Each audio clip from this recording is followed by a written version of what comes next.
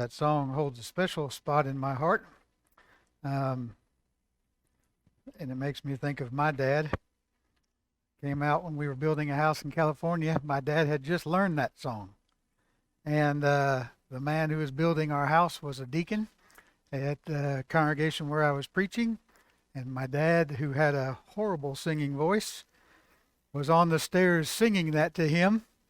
And we all came out and saw him serenading the deacon with that song. So every time I hear it, I have a fond memory of my father.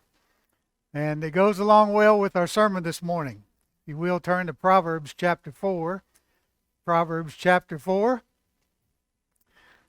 We finished Ecclesiastes last week, but can't quite let Solomon go. We want to have him for one more week anyway. We spoke to our young people, especially last week, and I wanted to continue that thought a little bit today from Proverbs chapter 4. And it's interesting to me that when you read Proverbs chapter 4, as you go down through it, you recognize that Solomon, of course, is giving wisdom to his children, but he's giving them the source that God gave it to him, but where he learned to ask from it. And it's interesting to me, and we'll take a note of that here in just a few minutes.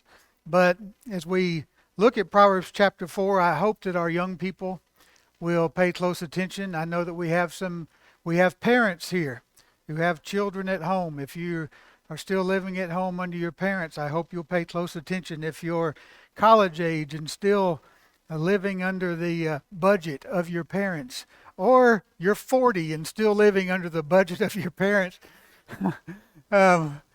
this applies to all of us. We need to pay close attention to it, but especially I want our young people to pay attention to it. First of all, and that's the first point, is this, that make sure as a child that we as parents, we learn to teach our children how to listen, and that as children, you're living at home, learn how to listen to your parents, pay attention to what they have to say.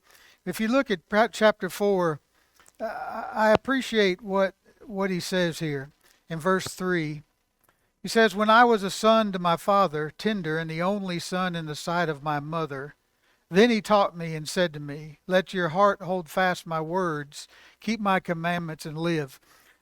What's interesting to me here is something for us as parents. And that is that when we are to teach our children, we know that the instruction that David is giving Solomon, and that's what he's talking about, Solomon getting information and wisdom from when he lived at home with his dad and his mother, David and Bathsheba, that he was taught things in a loving environment. He says, tender in my dad's sight. You'll also notice in some other versions, not only does he use the word tender, but speaking about Bathsheba, where it says here in the New American Standard, the only son in the sight of my mother, really the idea is that he was cherished, okay? So we're talking about an environment where David and Bathsheba lovingly gave instruction, and David gave instruction. Moms and dads, we need to make sure that our children know that no matter what the world throws at them, no matter how bad it gets, no matter all the garbage that they're probably exposed to in school and on social media and all this other nonsense, they need to know that they are safe with you and that they have a loving environment with you and that they can bring things to you and know that they're not going to be brashly treated, but they're going to be lovingly listened to, and genuinely you're going to consider what they have to say. If you're like me, sometimes you look back on your time as a parent and you know you didn't react that way with your children. Those are regretful times for me, I know, and I'm sure they are with you as well. But the fact of the matter is we want to provide a loving environment for our children so that they know that they can, when they hear us, they know that we love them and we care about them and we want the best for them. Now, the fact of the matter is that's not the way it is in every house, is it? I know that in the world it's not that way in many, many places.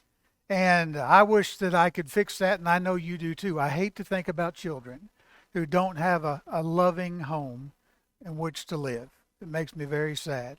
But I'm sticking with what the text says, and we want to talk about the text and understand that it's not lost on you if you don't have a loving environment. And we'll get to more about that in just a moment, okay? But if you are a young person and you live in a home, and I hope that all of you here live in a home where it's a loving environment, but if you live in one where it's not, don't lose hope. There is hope, and there's a way to live that you can be loved and loving as you go on through life. But Solomon's first point, or what we see here, is that he had a loving environment in which David and Bathsheba were going to instruct him.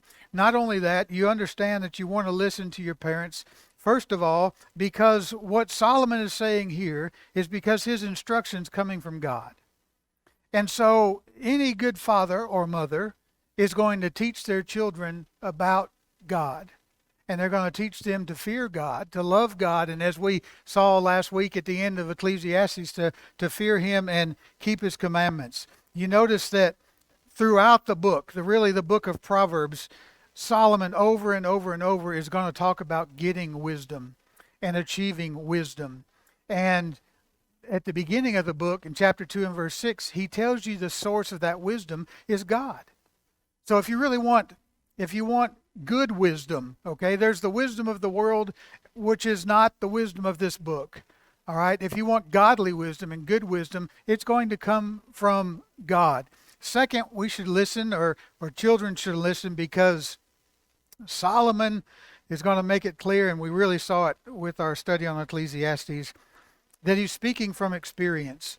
Look, when we're young and we live at home and mom and dad are trying to teach you something, usually what they're trying to teach you is because they've already made the mistake. They've already screwed up. They've already made the blunder, okay? And what they're trying to help you to avoid is the same mistake that they made. And as children, that's usually lost on us, right? Because we think, mom and dad, they don't really get it. You know, they don't really understand. They're really not quite as smart as me. And so we tend not to listen. But look, if you're going to be wise, listen to what mom and dad have to say, because they've probably made the blunder already. They can speak from experience, and they can tell you this is what's going to happen. If you do this, this is going to be the result. If I went back and tallied up the number of times my parents did that with me and I ignored them, I can't imagine the number of times. Listen to your parents because they're speaking from experience. And third, listen because, and this is when you're in the loving environment, okay? Good parents, they want what's best for you. Now that may be hard to get a hold of or grasp or believe when you're being punished, right? Or you're being disciplined for doing something that's not right. But I can guarantee you, your parents, they want better for you than they have for themselves. Every parent wants their kids to succeed and be greater than they are, to learn more, to go further, right? That's what loving parents do for their children. And if you could just see that in their example, if you could see that in the work that they do, in the teaching that they do, and in the care and love that they put out to make sure that you have a good life, because they want you to excel. They want you to do better than what they have done. And notice what happens. Here's what Solomon says concerning imploring his sons to listen to him, their children to listen to him. Verses 8 and 9, you're going to have multiplied blessings. If you get this wisdom, you're going to have a lot of blessings. Prize her. We'll read this text here momentarily. But he also says, verse 10, that your years of life will be many. Now understand this. When we're talking about Proverbs, and we make a mistake sometimes in thinking that these are hard and fast rules that certainly will happen. That's not what Proverbs are. Proverbs are short, pithy statements that teach general truth, okay? General truth. A lot of parents have gone to bed at night with the proverb in their head, train up a child in the way he goes, and when he's old, he won't depart from it. And their children leave the faith, and they beat themselves up forever saying, what did I do wrong? Well, you probably didn't do anything wrong, or you weren't a perfect parent, but you taught them right. And they made a decision not to do it. Don't take that as if you teach them, they always are going to not depart. No, it's a general statement. Okay, these are general statements. Generally speaking, Solomon says, you employ wisdom and your life the chances of your life being a lot longer are way higher than if you go off the deep end. You understand? So, and that's what he wants for his children.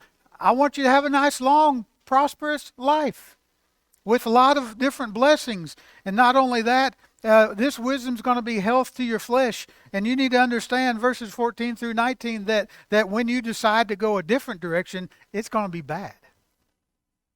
You choose not to employ and listen to me, and you follow your own path, and you don't follow godly wisdom, things pretty much, son, daughter, guaranteed they're not going to turn out okay. Just not going to happen. And so we may say, and you may be saying, okay, preacher, like you said at the beginning, I don't have a family like that. I don't have a loving family. You know, that's very difficult for me to understand. I grew up in a wonderful family. My wife, however, not so much. And so, what to do? How do we go forward? Here's what I would suggest. Our next point, and that is this.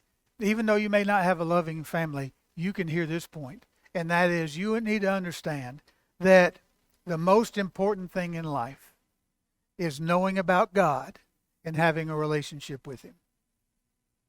Knowing about God and having a relationship with Him. Nothing's more important than that. If you flip back over one page, notice, if you will, Solomon's stress again for wisdom. We could do the whole book. We won't. Chapter 1 and verse 1, Proverbs of Solomon, son of David, king of Israel, to know wisdom and instruction, to discern the sayings of understanding. Verse 7, fear of the Lord is the beginning of knowledge. Fools despise wisdom and instruction. Verses 20 through 33, I'm not going to read them, talks about how wisdom comes out to shout in the streets, and he personifies wisdom, which he'll do in our passage as well. Chapter 2 and verse 2, make your ear attentive to wisdom, incline your heart to understanding. Verse 6, the Lord gives wisdom, from his mouth come knowledge and understanding. Chapter 3, verse 13, how blessed is the man who finds wisdom and the man who gains understanding. So over and over, Solomon says, get wisdom. You need to employ wisdom. Do you remember the story? Maybe most of you do.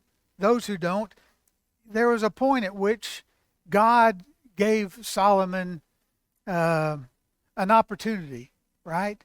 And to ask anything of God, and God would fulfill the request. You remember that story?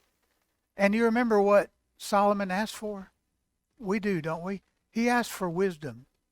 Have you ever wondered why a young man would ask for wisdom? I mean, when I was 18 years old, there definitely would have been a request for a 68 Camaro in my driveway, not wisdom. Okay? What would compel him to ask for wisdom? Look over, if you will. Keep your finger here, or you don't have to go. You can listen to me read. But 1 Chronicles 22.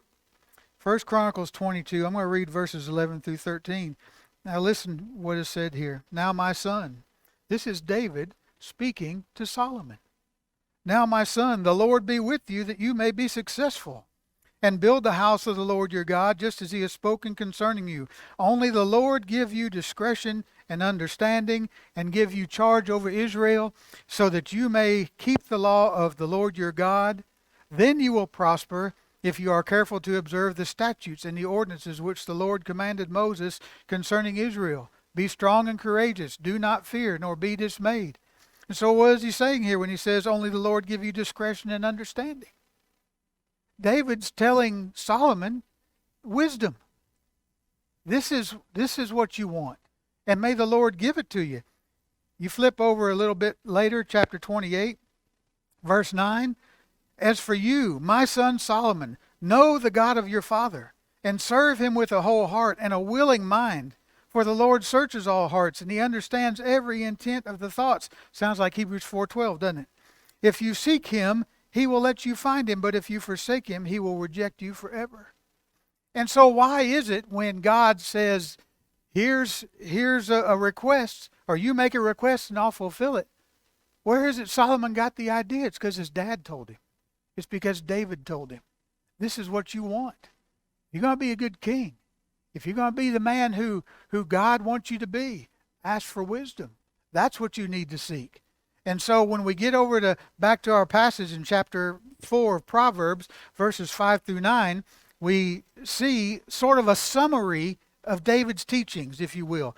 He says, acquire wisdom, acquire understanding. Do not forget nor turn away from the words of my mouth. Don't forsake her, she will guard you. Love her, and she will watch over you. The beginning of wisdom is acquire wisdom. And with all your acquiring, get understanding. Prize her.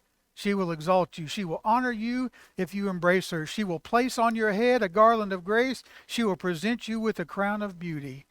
And so he makes it very clear to him that, look, the most important thing you can have is a right relationship with God. There's nothing better than that. And if you do this, if you seek this wisdom and have this right relationship with him, you're going to be greatly rewarded. That's what's behind verse 9. But let me ask you this, young people and old people alike, how is it? How is it that we get that? You know, a lot of times I think we have this idea in our head that we can pray for wisdom and then do nothing about it. Where's the wisdom going to come from? Well, it comes from God. And how do we get it? Well, here it is. We have to open it up. We have to pore over the scriptures. We have to mine through it. He's given us wonderful, great life-changing and life-saving wisdom in here. There's no magical pill, okay? And if you want to try to go to sleep with it under your head at night and think it's going to work, it won't. I've tried it. You actually have to open it, read it, and study it. And then when we study it, we look at it. And I like the way I read in one person. He said that the Jews used to look at wisdom, as the way it's used here, as divine teaching with human application. And so we've got to apply it. We read it. We live it. Right? And that's how we're going to get wisdom. There is no magic pill, and there's nothing more important than this. That's what Solomon says. It's what David says. And of course, throughout, we read this in the examples of great people of faith. There's nothing more important than a knowledge of God and a relationship with him. You remember James chapter 4 and verse 8, and this is essentially what David said in 1 Chronicles chapter 28 and verse 9. In James 4:8, where we're told, draw near to God. What's the rest of it? That he will draw near to you, right? But if we decide to push him away, guess what? God will let that happen. And we can go the wrong way. And so there's nothing more important than trying to draw near to the Almighty. Value it above everything else, and you'll receive a reward. And that's the idea behind verse 9. Now, understand this. As much as we would like to think, and this is our next point, much as we would like to think, okay, preacher, that's good. I understand it. You say it's more important, but what are my other options? Do I have any other options in this life that are going to work out for me, that'll be profitable, that'll be okay? Here's the thing, and the world wants you to think this. The world wants you to think there's 1,000 different ways, and they're all okay. But look, here's what Solomon has to say, and we see it later on in the New Testament, and that is you can only choose two ways. There's only two ways to go, right? There's only two paths to take. There's a right path, which is a godly path, and there's a wrong path. Now, again, the world makes the wrong path look right. And they say there's a whole bunch of different ways to get there. You can all believe in something. We're all going to end up in the same place. Well, not the place they think. Not the place they think. There's only two places and two ways to go. He contrasts in this passage, beginning at verse 11, or verse 10, he gives a contrast of a good path and an evil path. And very clear about where these paths are going to take us. And he shows what's consistent with God and what's not consistent with God and what's not consistent with the right way, what's acceptable, what's unacceptable. And it reminds me very much of Matthew 7:13 and 14. You're familiar with that passage, right? Enter at the straight gate, for wide is the gate and broad is the way that leads to destruction, and many there be which go in thereat. For straight is the gate and narrow is the way that leads where? To life, and few there be that find it. This is the idea that we see here in this contrast of passages. If you will, notice what he says. In verse 11, I've directed you in the way of wisdom. I've led you in upright paths. Well, down in verse 14, he says, don't enter the path of the wicked. Do not proceed to the way of evil men. You see the difference? One's upright, one's the way of the wicked. And this sounds like our society, does it not? We're very much in the what we might call the Pilate mentality. You remember Pilate when Jesus was standing in front of him and he says to Jesus, what is truth? All the nonsense that we see on TV, if you go to the television for your information, news, YouTube, social media, don't look there for truth. That's not going to be your source of right or wrong. And our society today doesn't even think there is right or wrong. There's what's right for you and there's what's right for me, and we can both do those things, and that's the way it's going to be. Look, don't fall for that. You remember the Greek word for it, right? Porcus baptizo, right? Hogwash. Yeah, it just doesn't work that way. There really is truth and there really is error. There is a right way and there is a wrong way. And it's extremely important that we all recognize that there is a right way. And in our world today, when the world says, look, this book is too restrictive, here's what Solomon says, and this is the truth of the matter. When you walk, your steps will not be impeded. And if you run, you will not stumble. What's he saying there? Verse 12. He's saying if you want true freedom, all right, real freedom, this is where it is. Okay? Real freedom is here. Now you get down to verse 16 and 17, and let's take a look at what happens when you take the second path.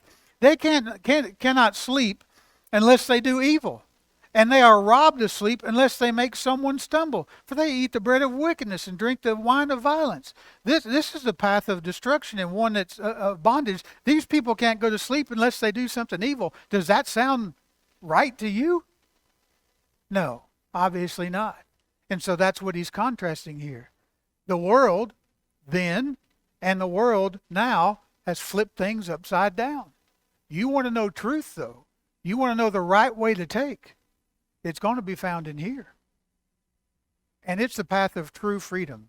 Don't let the world tell you or convince you that this is restrictive. Oh, you'll never feel so free as you feel when you're in the blood of Christ. You'll never feel so free when you trust God the way I was mentioning this morning and we talked about all through Ecclesiastes. You'll never be so free as that when you're in walking according to the Lord. And you can hear the urgency in his voice. He goes on and gives contrast, light and darkness, right and wrong. But listen to you can hear the desperation in his voice, verse 15, when he's talking about evil. Avoid it. Do not pass by it. Turn away from it and pass on.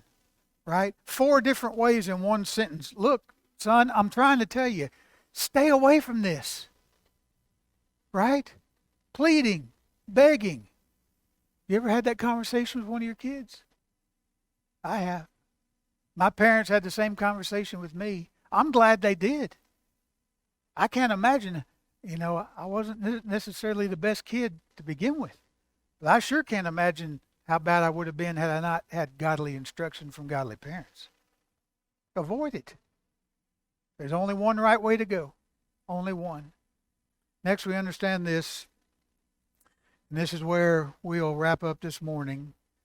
And that is answering this question of, okay, you've told me that I need to have this relationship with God. It's the only thing that matters. And you've mentioned that there is a right way and a wrong way. I understand that.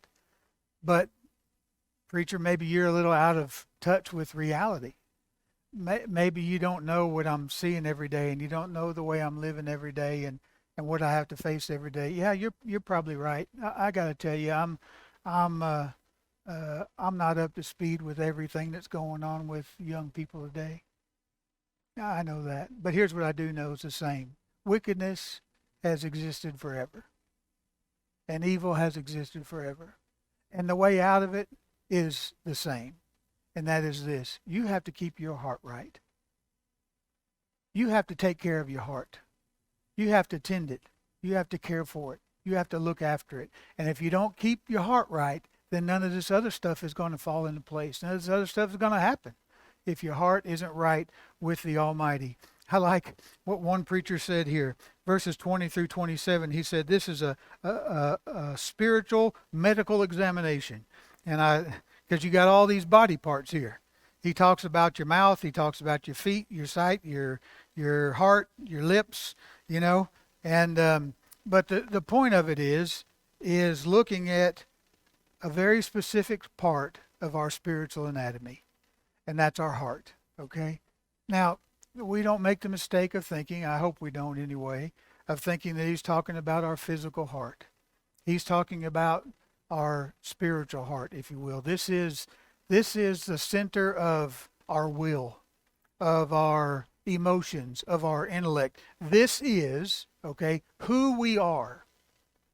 Notice what he says in verse 23. Watch over your heart with all diligence, for from it flows the springs of life. Sounds a lot like what the Lord said in Matthew chapter 12. Watch your heart. You got to guard it. It's going to be the key to everything you do in life. Taking care of it. Keeping it in good health. Now, how do I guard it? What do I do? Verse 24. Put away from you a deceitful mouth, and put devious speech far from you.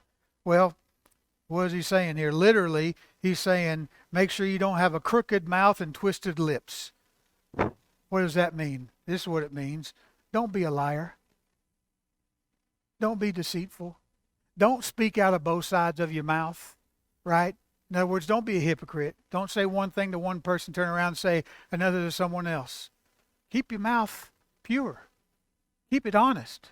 Don't be deceitful. And then he says, not only do you need to watch what you say, verse 25, let your eyes look directly ahead and let your gaze be fixed straight in front of you. And so, what's he saying? Look, as we're walking along, there's a lot of things that are shiny off the side. And those things are attractive. And they're not all necessarily good. And they're going to take us off that one path, right? And so he says, you fix your eyes on it. You fix your eyes on what's right. And you make sure you look that way. Look, if you don't want to fall for a woman you shouldn't fall for, don't look at her. Right? You don't want to be with a boy that you shouldn't be with, don't spend time with him. Look straight ahead. Keep your eyes on the cross. Keep your eyes on Jesus Christ. And this reminds me a lot about Hebrews chapter 12 and verse 2, right? Where we do what? Fixing our eyes on Jesus. We look to Jesus, the author and perfecter of our faith, who for the joy that was set before him, right? Despised the shame and took upon himself the death of the cross. You see, Jesus was fixed in what was in front of him. If we want our heart to be right, we got to make sure that our mouth is right. We got to make sure that our gaze is right. We're looking in the right direction. We're not looking where we ought not go. And then he closes out with this, verses 26 and 27. Watch the path of your feet, and all your ways will be established. Don't turn to the right or to the left. Turn your foot from evil. That word watch, verse 26, actually is the word to weigh, right? Weigh it. And so what's he saying? You consider this right path. You make sure that you see the right path. You weigh it out, and then you commit to it. That's what he says, your ways will be established. He's saying you make it firm. Weigh it out, commit, and then go. So watch what you say. Watch where you're going. Keep your eyes fixed on it, and make sure you commit to him. And then chapter 5, which we're not going to go into today for your sake, he also goes along with that and says, look, don't have sex where you shouldn't have sex. That's what chapter 5 is about, basically, as he continues to give him wisdom. So, as we close out, the lesson is pretty straightforward. There's nothing cryptic here, is there? There's a right way to live, and there's a wrong way to live. We know we're not going to get it perfect all the time, but the fact of the matter is that nothing's going to be more important, young people, than that you have a relationship with God Almighty. And that relationship is only going to grow when you draw near to God by reading and applying His Word. And I hope it is the case that you'll make that decision. And this does not just apply to young people, right? It applies to all of us. So I hope this morning, as you consider the advice that David gave to Solomon, Solomon gave to his children, that we take the same advice and apply it to our life, and that we're making sure that our heart is still pliable, we're keeping it, and making sure we're fixed on the cross. If you're not, we want to help you do that. We want to help pull you there. We want to show you what God has to say and help get you to heaven. We want you to be there with us. I know where I'm going. I want you to be there with me, as so do many other brethren here. If you need to respond to the Lord's invitation, we ask that you let us know now as we stand and as Levi leads us in his closing song.